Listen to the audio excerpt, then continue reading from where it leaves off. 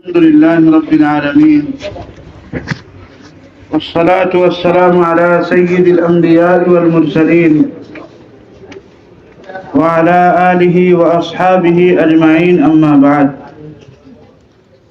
فأعوذ بالله من الشيطان الرجيم. بسم الله الرحمن الرحيم.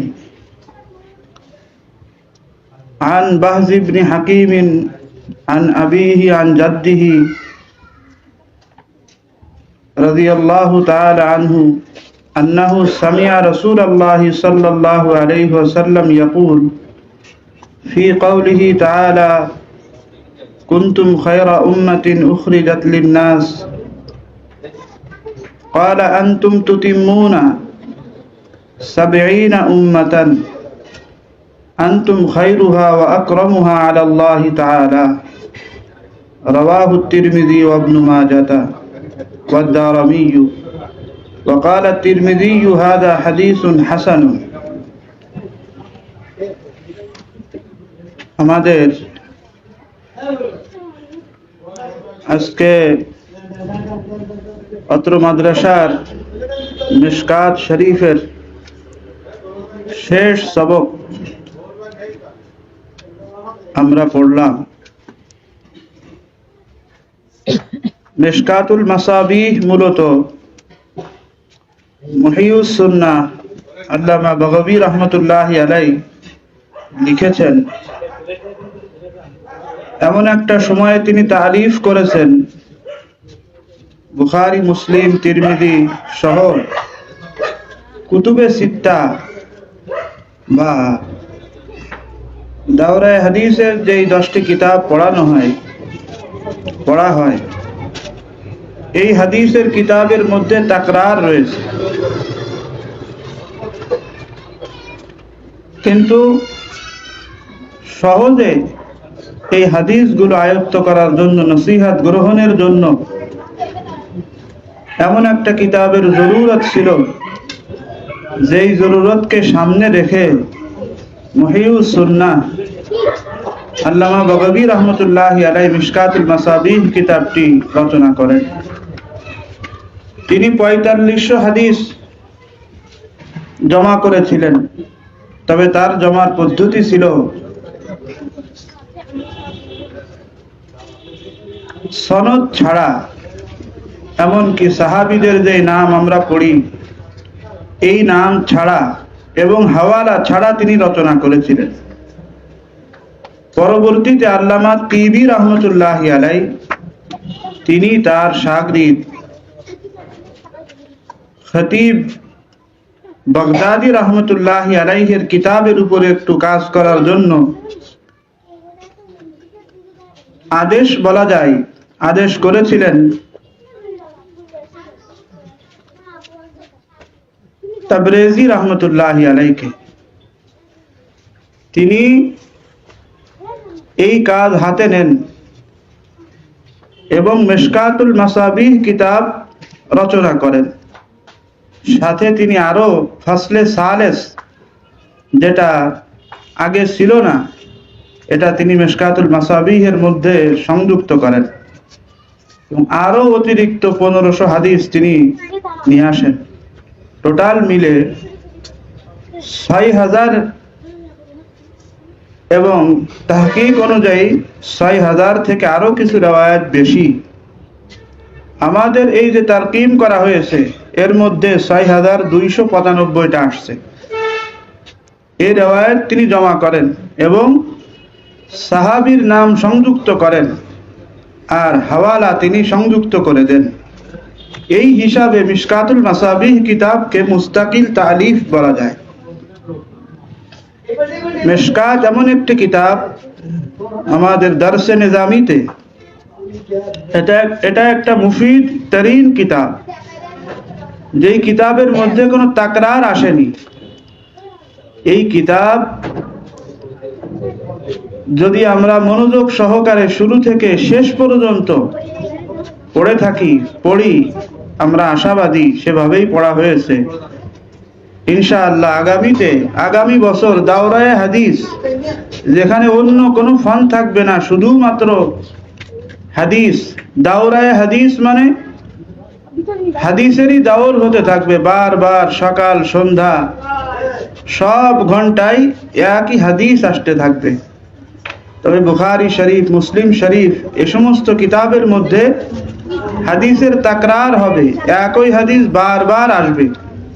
কখনো রিওয়ায়াত তাকরার হবে, কখনো আসানিদ সনদের তাকরার হবে, যেটা সহিহ মুসলিম শরীফের মধ্যে করা হয়েছে। এই জন্য মিশকাতুল মাসাবিহ কিতাব এটা এমন একটি কিতাব, যেই কিতাব আমাদের যদি আমরা রাহনুমা হিসেবে গ্রহণ করি, এই কিতাবের সাথে যদি আমরা দোস্তি করতে পারি, তাহলে এটা ওহিয়ে গায়র মাতলু। পার্থক্য শুধু এতটুক, কোরআন মজিদ ওহিয়ে মাতলু আর এটাও ওহি, তবে ওহিয়ে গায়র মাতলু।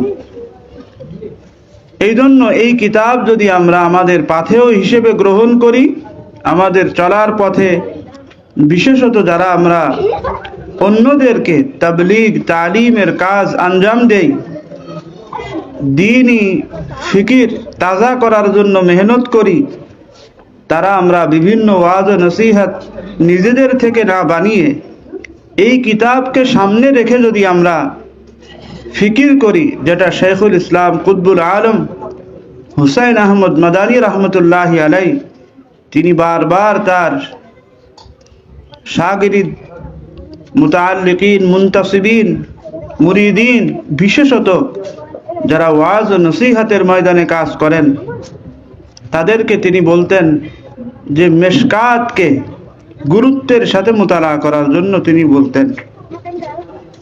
শেখুল হাদিস জাকারিয়া রহমতুল্লাহি আলাইহি যখন মিশকাত শরীফের দর্স যেদিন শুরু করবেন, সেদিন তার পিতা মাওলানা ইয়াহিয়া কান্দলবি রহমতুল্লাহি আলাইহি আল্লাহর কাছে দোয়া করেছিলেন, মাওলা আমার জাকারিয়া হাদিসের দর্স শুরু করেছে, তা হায়াত পর্যন্ত যেন জাকারিয়া হাদিসের মশগালায় নিয়োজিত থাকতে পারে, হাদিস এর খিদমত, পড়া এবং পড়ানোর কাজে লেগে থাকতে পারে, এজন্য তুমি কবুল করো। আজকে মিশকাতের মাধ্যমে সেই হাদিসের পথে তার যাত্রা শুরু করেছে। আল্লাহ পাক মাওলানা ইয়াহিয়া কান্দলবি রহমতুল্লাহি আলাইহির দোয়াকে এমন ভাবে কবুল করেছেন যে মুতলাকান যদি শাইখুল হাদিস বলা হয়, তাহলে শাইখুল হাদিস বলতে শেখ জাকারিয়া রহমতুল্লাহি আলাইহিকে এই উপমহাদেশে বোঝানো হয়। এজন্য আমাদের উচিত, এখানে হয়তো অনেক মা ও বোন রয়েছেন, তাদের উচিত তাদের সন্তানদের ক্ষেত্রেও এভাবে খায়রের দোয়া করা, যে আল্লাহ যেন আমার সন্তানদেরকে হাদিসের মশগারার সাথে, হাদিসে নববীর সাথে লেগে থাকার তৌফিক দান করেন। নিজেদেরও দোয়া করা উচিত যেন আমরা হাদিসের পঠন এবং পাঠন, হয়তো অনেকেই পরে খিদমতের তৌফিক নাও হতে পারে, তথাপিও মাঝে মাঝে আমি এই কিতাব এর বিভিন্ন আবওয়াব বাব দেখে দেখে আমি পড়ব এবং আমার মা ও বোনদেরকে, অন্যান্যদেরকে, আমার পরিবারের মধ্যে ওই হাদিসের উপরে আমল বিল হাদিস কিভাবে হয় এর মেহনত করব। ইনশাআল্লাহ এর মাধ্যমে ফায়দা হবে। তো আজকে আমরা যে রেওয়ায়েতটা, শেষ রেওয়ায়েত, বাহজ ইবনে হাকিম তিনি তার পিতা থেকে, তিনি তার দাদা থেকে রাসূল করিম সাল্লাল্লাহু আলাইহি ওয়াসাল্লাম থেকে শুনেছেন বলতে, মূলত কোরআন মজিদের একটা আয়াত, কুনতুম খায়রা উম্মাতিন উখরিজাত লিন-নাস, এই আয়াত সম্পর্কেই, এই আয়াতের তাফসীর করতে গিয়ে নবী করিম সাল্লাল্লাহু আলাইহি ওয়াসাল্লাম তিনি বলেন, আনতুম তুতিম্মুনা সাবঈনা উম্মাতান, তোমরা 70টি উম্মতের শেষ উম্মত। এখানে মূলত তুতিম্মুন, এটা এর দ্বারা উদ্দেশ্য হলো ইখতিতাম, খতম। আখিরে উম্মাম, যত সাবেক যত উম্মত পিছনে চলে গেছেন, উম্মতে মুহাম্মাদি হলো শেষ উম্মত। এখানে সাবঈনা উম্মাতান নিয়ে আসা হয়েছে যে 70 উম্মতের শেষ উম্মত। তো সাবঈনের ক্ষেত্রে আসলে এটা এর শুধু যদি অর্থ করা হয় যে 70 উম্মতের শেষ উম্মত, তাহলে মুশকিল। তাহলে যদি আমরা গণনা করা শুরু করি আদম আলাইহিস সালাতু ওয়াত তাসলিম থেকে নিয়ে, দেখা যাবে কখনো এর কম হবে, কখনো বেশি হবে। এই জন্য আকসার শারেহিন মুহাদ্দিসিন এর তাওজিহ করেছেন যে সাবঈনা এখানে মূলত তাহদিদ কিংবা আদদের জন্য নয়, সংখ্যার জন্য না, বরং এখানে উদ্দেশ্য হলো কাসরাত, তাকসীর উদ্দেশ্য। যে ইতিপূর্বে যত উম্মত গেছে সমস্ত উম্মতের শেষ উম্মত হলে তোমরা। এরপরে বলতেছেন এই উম্মতের মর্যাদা, এই উম্মতের বৈশিষ্ট্য কি অন্যান্য উম্মত থেকে। তো বলতেছেন আনতুম খায়রুহা, তোমরা হলে ওই উমামে সাবেকা, পূর্ববর্তী সমস্ত উম্মতের মধ্যে সর্বোৎকৃষ্ট, খায়রে উম্মত। ওয়া আকরামুহা আলাল্লাহি তাআলা, এবং আল্লাহর কাছে সবথেকে বেশি মর্যাদার হক তোমরাই রাখো উম্মতে মুহাম্মাদি। যেটা এই অধ্যায়েরই এর আগে আপনারা পড়েছেন একটা রিওয়ায়াত, নবী করিম সাল্লাল্লাহু আলাইহি ওয়াসাল্লাম বলেন, একটা লোক কিছু মজদুর রাখলো, উম্মারান, কিছু মজদুর রেখেছে যে কাজ করতে হবে সকাল থেকে নিয়ে জোহর পর্যন্ত। তাদের জন্য উদাহরণস্বরূপ 1 টাকা নির্ধারণ করেছেন পারিশ্রমিক। এরপরে আরেক গ্রুপকে শ্রমের জন্য নিয়োগ করা হয়েছে জোহর থেকে আসর পর্যন্ত, তাদের জন্য নির্ধারণ করা হয়েছে 1 টাকা। এরপরে আসর থেকে মাগরিব পর্যন্ত আরেক গ্রুপকে রাখা হয়েছে, তাদের জন্য পারিশ্রমিক নির্ধারণ করা হলো 2 টাকা। তো অন্যান্য যত শ্রমিক আছে তারা আবদার করে বসলো, আবেদন করলো, ইশকাল করলো, এতেরাজ করলো যে সকাল থেকে জোহর, জোহর থেকে আসর, এ সময় তো অনেক বেশি, অথচ আমাদের পারিশ্রমিক 1 টাকা। আর আসর থেকে মাগরিব পর্যন্ত সময় কম, এখানে পারিশ্রমিক বেশি, ডাবল। এর কারণ কি? নবী করিম সাল্লাল্লাহু আলাইহি ওয়াসাল্লাম আল্লাহ জাল্লা জালালুহু আম্মা নাওয়ালুহু এর পক্ষ থেকে ওহীর মাধ্যমে জানিয়েছেন যে তোমাদের জন্য যেটা নির্ধারণ করা হয়েছিল, যেই চুক্তি করা হয়েছিল, সেটা তোমরা পেয়েছো কিনা? জি হ্যাঁ, আমরা পেয়েছি। তো এটা তাদের অতিরিক্ত বোনাস হিসেবে, তাদের মর্যাদা হিসেবে। আখেরি নবী, নবী মুহাম্মদুর রাসূলুল্লাহ সাল্লাল্লাহু আলাইহি ওয়াসাল্লাম, তিনি খাতামুন নবিয়্যিন, আর তার উম্মত হলো আখিরুল উমাম। তো নবী করিম সাল্লাল্লাহু আলাইহি ওয়াসাল্লামের কারণে এই উম্মতের মর্যাদা এত বেশি। আমাদের বয়স যদি হাদিসের দিকে লক্ষ্য করা হয়, গড় আওসাত হলো 60 থেকে 70 বছর, আর এর উপরে যদি যায় তার সংখ্যা খুবই কম। এতটুক সময়, অথচ পূর্ববর্তী উম্মত যাদের হায়াত আরো অনেক লম্বা ছিল, অনেক বেশি ছিল, 200 বছর, 500 বছর, অথচ তাদের থেকে সওয়াব, মর্যাদা সব থেকে বেশি এই উম্মতে মুহাম্মাদির। যদি একটা লাইলাতুল কদর আমাদের ভাগ্যে জুটে যায়, তাহলে তার মর্যাদা কত বেশি। খায়রুম মিন আলফি শাহর বলা হয়েছে। এভাবে যদি আমাদের জীবনে 10টা শবে কদর পাওয়া যায়, তাহলে কত বেশি মর্যাদা। রমজানুল মুবারকের একাক ইবাদত কমপক্ষে 70 গুণ থেকে 700 গুণ পর্যন্ত বৃদ্ধি পাচ্ছে। আল্লাহ পাক যার জন্য মজিদ সওয়াবের ফয়সালা করেন, আরো বেশি সওয়াব অর্জন করেন। এটা এই উম্মত যে খায়রে উম্মত, এই উম্মত যে আল্লাহ পাকের কাছে সব থেকে বেশি সম্মানিত, এর আলামত। এই জন্য আমাদের সময় অল্প, আমাদের নেক আমল সওয়াব এটা আল্লাহ পাক অনেক অনেক গুণ বাড়িয়ে দেন। তবে আমাদের উচিত হলো এই অল্প সময় এটাকে কদরদানি করে, এটাকে সঠিক কাজে ব্যবহার করে, সময়ের সঠিক ব্যবহার করে আমরা যেন আল্লাহ পাকের সেই খায়ের এবং তিনি আমাদের যে মর্যাদা দান করেছেন ওই মর্যাদা যেন আমরা গ্রহণ করতে পারি। সাহিবে মিশকাত তিনি তার কিতাবের সর্বশেষ এই কিতাব নিয়ে এসে আরেক দিকে তিনি ইঙ্গিত করেছেন, সেটি হলো এই উম্মতে মুহাম্মাদি তাদের মর্যাদা অনেক বেশি আল্লাহ পাকের কাছে, অনেক বেশি। তবে যাদের মর্যাদা যত বেশি তাদের দায়িত্বও তত বেশি, যেটা এই আয়াতের শেষাংশে বলা হয়েছে, কুনতুম খায়রা উম্মাতিন উখরিজাত লিন-নাস তা'মুরুনা বিল মা'রুফ ওয়া তানহাউনা আনিল মুনকার ওয়া তু'মিনুনা বিল্লাহ।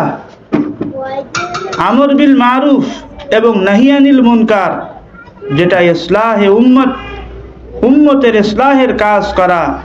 আমর বিল মারুফ সৎ কাজের আদেশ, নাহি আনিল মুনকার অসৎ কাজ হতে বিরত রাখার জন্য মানুষকে বোঝানো বলা। তবে এর আগে মুকদ্দম হলো, আগে আতা'মুরুনান নাসা বিল বিররি ওয়া তানসাউনা আনফুসাকুম, তুমি অন্যদেরকে ভালো কাজের আদেশ করো, অন্যদেরকে ভালো কাজের নসিহত করো, অথচ নিজের বেলায় সেটা ভুলে যাও। এটা হতে পারে না। আগে নিজেকে, নিজের ইসলাহ, এরপরে ইসলাহে উম্মতের ফিকির করা, এটা এই উম্মতের সব থেকে বড় জিম্মাদারি। বিশেষত বর্তমানে মা ও বোন, বিশেষত আখাসুল খাস যারা মাদারিসে কওমিয়ায় দারসে নিজামিতে ইলম অর্জন করছেন, আপনাদের জিম্মেদারি আরো অনেক বেশি। কারণ বর্তমানে মা ও বোনদের মাঝে বিভিন্ন ফেরাকে বাতেরা ইসলামের নামে বেনামে বিভিন্ন রকমের ফিতনা করতেছে, বিভিন্ন রকমের কার্যক্রমের মাধ্যমে আমাদের ঈমান হরণ করার, সহি রাস্তা থেকে, সিরাতে মুস্তাকিম থেকে এই উম্মতকে সরানোর জন্য সব থেকে বেশি যেই প্ল্যান প্রোগ্রাম কাজ করতেছে সাম্রাজ্যবাদী শক্তি, ঔপনিবেশিক শক্তি, পশ্চিমা শক্তি, তারা তাদের সর্বস্ব নিয়োগ করতেছে মা ও বোনদের পিছনে, নারীদের পিছনে। এই জন্য বর্তমানে যারা মাদ্রাসার শিক্ষার্থী আলেমা হচ্ছেন, মিশকাতুল মাসাবিহ মিশকাত শেষ করতেছেন, এর মানে হলো আপনারা আলেমা হয়ে গেছেন। আপনাদের জিম্মাদারি অনেক বেশি। এই জিম্মাদারির ইহসাস, অনুভূতি নিজেদের মধ্যে জাগ্রত করা এবং আম্মা জান আয়েশা সিদ্দিকা রাদিয়াল্লাহু তাআলা আনহা যেভাবে নবী করিম সাল্লাল্লাহু আলাইহি ওয়াসাল্লামের সোহবতে ইলমে হাদিসের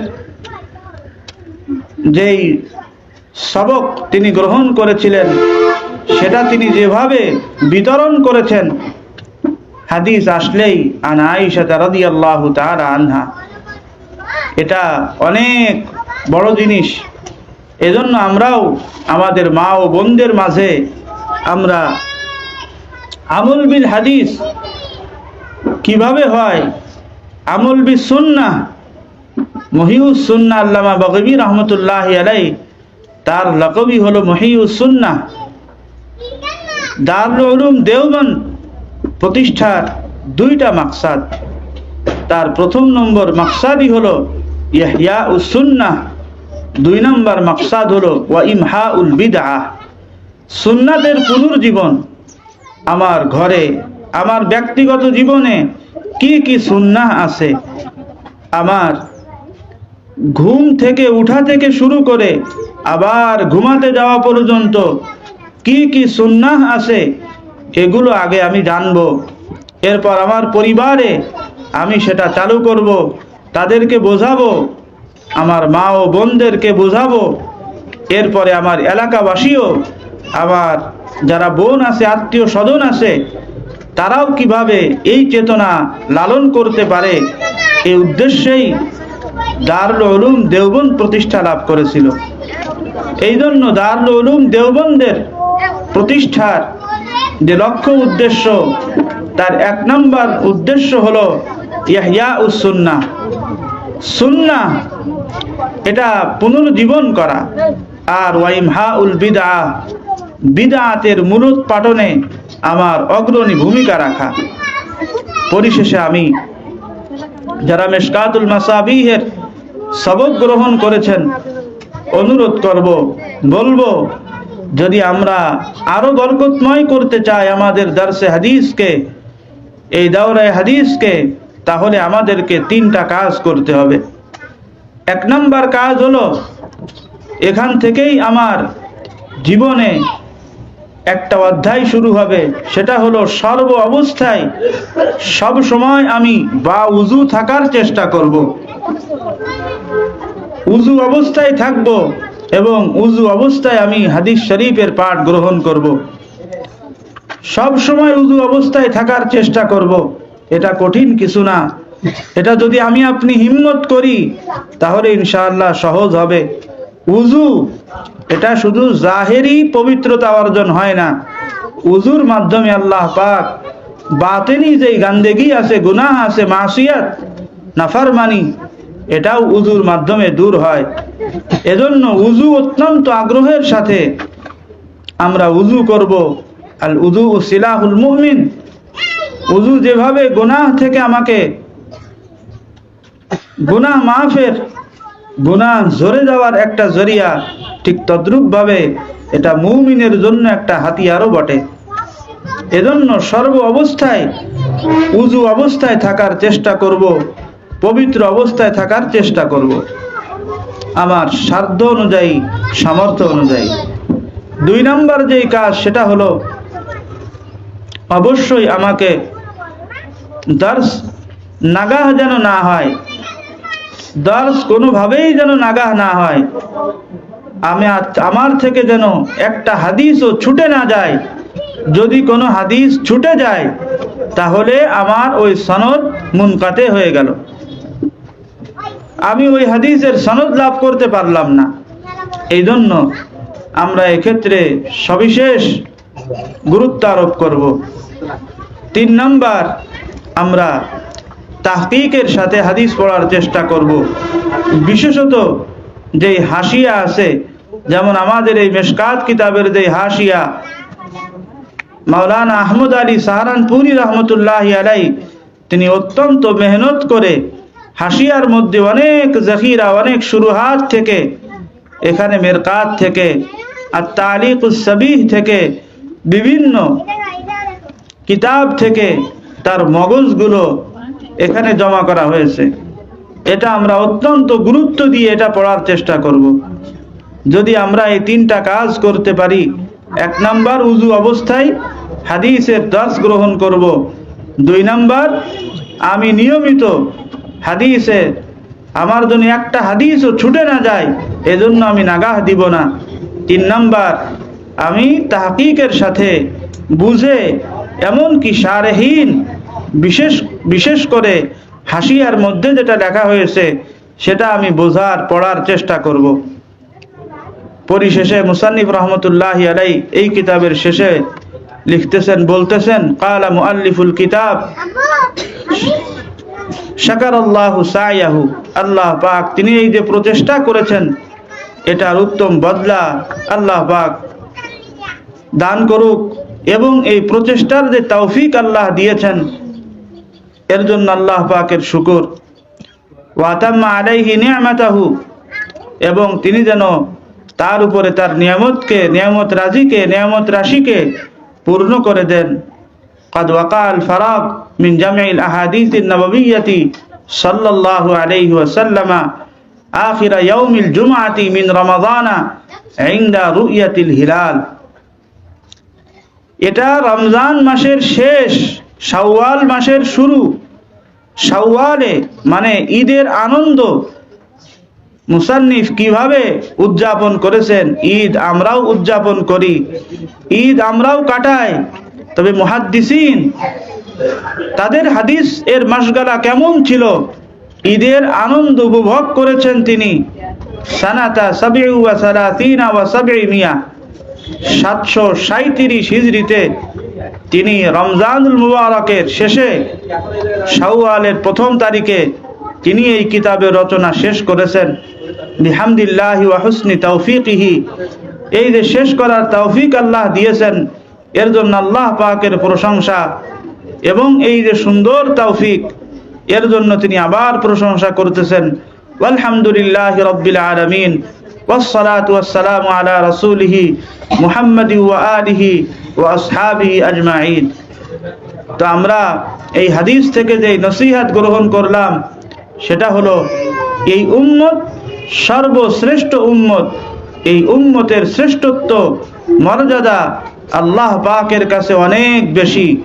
তবে ওই মর্যাদা অর্জন করতে গেলে আমাদের মধ্যে আমর বিল মারুফ নাহি আনিল মুনকার এবং পরিশেষে সব কিছুর ক্ষেত্রে ওয়া তুমিনুনা বিল্লাহ, আল্লাহর উপরে ঈমান। যদি কেউ ঈমান নিয়ে কবরে যেতে পারে তাহলে তার 1000 গুনাহ থাকলেও সে একদিন না একদিন জান্নাতে যেতে পারবে। আল্লাহ পাক আমাদেরকে ঈমান সহকারে দুনিয়া থেকে যাওয়ার তৌফিক দান করেন। আমাদের এই হাদিসের দর্শকে, আমাদের এই পড়াকে পুরা বছরের পড়া এবং আগামী বছর যেন আল্লাহ পাক আমাদেরকে দাওরায়ে হাদিসের তৌফিক দান করেন। এই দোয়া আমরা কায়েমুল ওয়াক্তে করব। পরিশেষে আমরা মাদ্রাসার জন্য দোয়া করব, আসাতিজায়ে কেরামের শুকরগুজার হব। মান লাম ইয়াশকুরিন নাস লাম ইয়াশকুরিল্লাহ। আল্লাহ পাক এই প্রতিষ্ঠানের মাধ্যমে আমাকে দারসে হাদিসের যে সুযোগ দান করেছেন, তালিম বিস সুন্নাহ এর যে সুযোগ দান করেছেন, এর জন্য এই প্রতিষ্ঠানের শুকরিয়া হলো আমরা আসাতিজায়ে কেরামের জন্য দোয়া করব এবং মাদ্রাসার যত জরুরিয়াত আছে সেটা পুরা হওয়ার জন্য আল্লাহ পাকের কাছে দোয়া করব। আল্লাহ পাক আমাদেরকে তৌফিক দান করেন।